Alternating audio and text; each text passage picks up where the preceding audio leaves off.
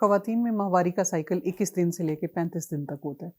अगर आपकी माहवारी के दिन ऊपर जा रहे हैं, यानी आपको 1.5 महीने बाद, 2 महीने बाद, 3 महीने बाद पीरियड्स आ रहे हैं, आपको लगता है कि आपका वज़न तेज़ी से बढ़ता जा रहा है, आप बावजूद कोशिश के अपना वज़न कम नहीं कर पा रही, आपको लगता है कि आपके बाल गिरना शुरू हो गए हैं, स्किन ख़राब हो रही है, दाने निकलना शुरू हो गए हैं, यानी एक्ने का प्रॉब्लम हो रहा है, या आपको लगता है कि आपके चिन पे बाल आना शुरू हो गए हैं, आपके फेस पे लगता है कि थिक मोटे-मोटे मर्दाना बाल आना शुरू हो गए हैं, बाकी बॉडी पे भी बालों में इज़ाफ़ा होता जा रहा है।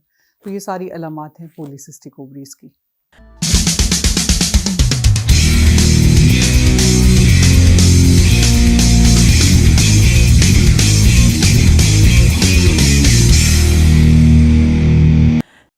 अस्सलाम वालेकुम, मेरा नाम डॉक्टर सुबहात खान है। मैं डॉक्टर्स हॉस्पिटल और उमर हॉस्पिटल जोहर टाउन में as consultant gynaecologist and infertility specialist practice कर रही हूँ। मेरे क्लिनिक में पेशेंट्स मुख्तलिफ मसाइल के साथ आते हैं, तो मैं आजकल नोटिस कर रही हूँ कि बच्चियाँ मेरे क्लिनिक में ज़्यादा आ रही हैं। ऐसी बच्चियाँ जिनके पीरियड्स इरेगुलर, उनकी माएँ परेशान होती हैं कि जी, बेटी को पहले तो 1-2 साल पीरियड्स ठीक आए, अब पीरियड्स में डिले होना शुरू हो गया है, 2 महीने बाद, 3 महीने बाद, कभी-कभी कुछ बच्चियों में 6 महीने बाद, 9 महीने बाद पीरियड्स आ रहे हैं और वो भी दवाइयाँ ले के आ रहे हैं और उनका साइकिल रेगुलर नहीं रहा। कुछ बच्चियाँ जो हैं उनमें वो इस कंप्लेंट के साथ आती हैं कि वज़न तेज़ी से बढ़ता जा रहा है, एक्ने का प्रॉब्लम हो रहा है, बाल गिर रहे हैं, अब हम क्या करें?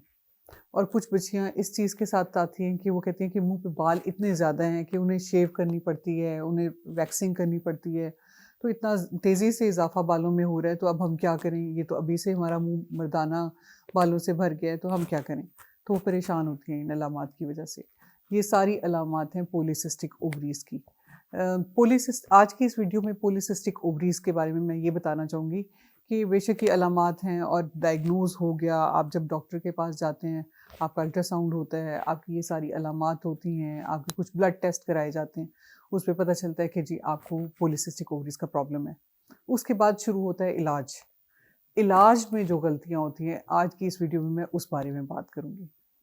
मैंने देखा है कि जिन बच्चियों के पीरियड्स इरेगुलर होना शुरू हो जाते हैं, माहवारी के दिन ऊपर जाते हैं, तो वो मुख्तलिफ डॉक्टर्स के पास जाते हैं और या फिर हकीमों के पास जाते हैं या खुद से मेडिकेशन इधर-उधर से पूछ के स्टार्ट करते हैं। तो मैंने ये जो एक कॉमन मिस्टेक देखी है पेशेंट्स के ट्रीटमेंट के बारे में, वो ये देखा है कि पॉलीसिस्टिक ओवरीज़ के केसेस में बच्चियों को हार्मोनल मेडिसिन्स खिलाना शुरू कर दी जाती हैं। यानी जो महीने में 21 दिन इस्तेमाल करते हैं, उसके बाद फिर छोड़ते हैं, तो फिर माहवारी आती है, फिर 21 दिन इस्तेमाल करते हैं, फिर माहवारी आती है। तो इस तरह हार्मोनल टैबलेट्स दे के उनके पीरियड्स को रेगुलर किया जाता है, जिससे वो बच्चियाँ भी खुश हो जाती हैं कि अब तो मेरे पीरियड्स ठीक है दवाई लेने से। माएँ भी खुश होती हैं कि मेरी बेटी के पीरियड्स ठीक हो गए, कि अब माहवारी महीने के महीने आ रही है, दवाई ले रही है बच्ची तो महीने के महीने आ रही है। लेकिन ये दवाई आखिर कब तक? आप लेते रहेंगे 2 महीने, 3 महीने, 6 महीने। जब आप छोड़ेंगे, फिर मामला वहीं का वहीं, पीरियड्स फिर उसी तरह डिले, वक़्त पे नहीं आ रहे, दिन ऊपर जा रहे हैं या कभी माहवारी आ ही नहीं रही बगैर दवाई लिए, तो प्रॉब्लम तो वहीं का वहीं रहा। ये एक आर्टिफ़िशियल तरीके से पीरियड्स को इंड्यूस करके पीरियड्स लाना तो कोई कमाल नहीं है। तो मेरी इल्तमास है ऐसे डॉक्टर्स से कि पॉलीसिस्टिक ओवरीज़ में उस प्रॉब्लम को अंडरस्टैंड करें, उस प्रॉब्लम को ट्रीट करें, ना कि इस तरह से आर्टिफ़िशियल तरीके से हार्मोनल टैबलेट्स के ज़रिए पेशेंट्स को ब्लीड करवाएँ। और बाकी सब लोगों से भी इल्तमास है कि वो अपनी प्रॉब्लम पे फ़ोकस करें, उसको ठीक करें, ना कि आर्ज़ी तरीके से आप खुश होते रहें कि नहीं जी अब माहवारी ठीक हो गई है। तो हार्मोनल टैबलेट्स का इस्तेमाल पीरियड्स रेगुलर करने के लिए पॉलीसिस्टिक ओवरीज़ के केसेस में ये ट्रीटमेंट गलत है। दूसरी चीज़ वज़न ज़्यादा होना। पेशेंट्स कहते हैं कि जी हमारा वज़न ज़्यादा हो रहा है, वज़न कम नहीं हो रहा, मैंने कोशिश तो की है, मैंने डाइट भी थोड़ी की, वॉक भी करके देखा 1 हफ़्ता, नहीं कम हो रहा और डॉक्टर साहब आप मुझे कोई दवाई दें, क्योंकि दवाई के बगैर तो मेरा कुछ होना नहीं है। यानी यानी वो कहते हैं कि ऊपर या तो अल्लाह करे या नीचे डॉक्टर करे, हमने कुछ नहीं करना। देखिए ऐसे काम नहीं चलेगा। अगर आपका वज़न इतना ज़्यादा है, तो उसमें आप ये देखें कि जो आम लोग जिनका वज़न ज़्यादा होता है, जिनमें पॉलीसिस्टिक ओवरीज़ का मसला नहीं होता, उनमें जब वो थोड़ी-सी एक्सरसाइज़ करते हैं, थोड़ा-सा डाइट करते हैं, तो उससे उनका वज़न तेज़ी से नीचे आता है। लेकिन पॉलीसिस्टिक ओवरीज़ में प्रॉब्लम ये होता है कि आपकी ओवरीज़ रेज़िस्टेंट होती हैं, आपके हार्मोन्स ख़राब होते हैं, आप में इंसुलिन रेज़िस्टेंस होती है, आपका वज़न उसकी वजह से बढ़ा होता है। आपको आम लोगों की निस्बत 3 गुना ज़्यादा एफ़र्ट करनी है अपने वज़न को कम करने के लिए। उसके लिए ज़रूरी है कि डाइट को भी कंट्रोल करें और ये नहीं करना कि कुछ अरसे के लिए तो आपने डाइट कंट्रोल की, उसके बाद छोड़ दिया बस मुझसे नहीं होता। उसको कंसिस्टेंसी के साथ, बाकायदगी के साथ जारी रखें। वर्जिश रेगुलर होनी चाहिए। 2-4 दिन की फिर थक गए कि नहीं जी मुझसे नहीं होता, तो उससे नहीं।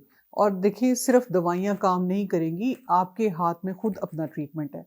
आपको खुद अपने लिए कोशिश करनी होगी, डाइट कंट्रोल करना होगा, वर्जिश करनी होगी। हाँ, ठीक है, कुछ केसेस में हमें वेट कंट्रोल के लिए कुछ मेडिसिन्स ऐड करनी पड़ती हैं।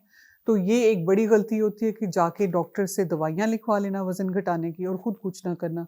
उससे आपका वेट रिड्यूस नहीं होगा, अंदर का जो प्रॉब्लम है वो सेटल नहीं होगा।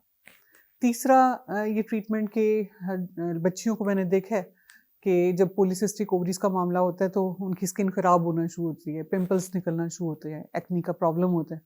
वो क्रीम्स लगा-लगा के उसको टेम्परेरीली ट्रीट कर रही होती हैं, आर्ज़ी तौर पे उसको ट्रीट करने की कोशिश कर रही होती हैं। हालाँकि प्रॉब्लम तो उनके हार्मोन्स में है, उन हार्मोन्स को ठीक होना चाहिए।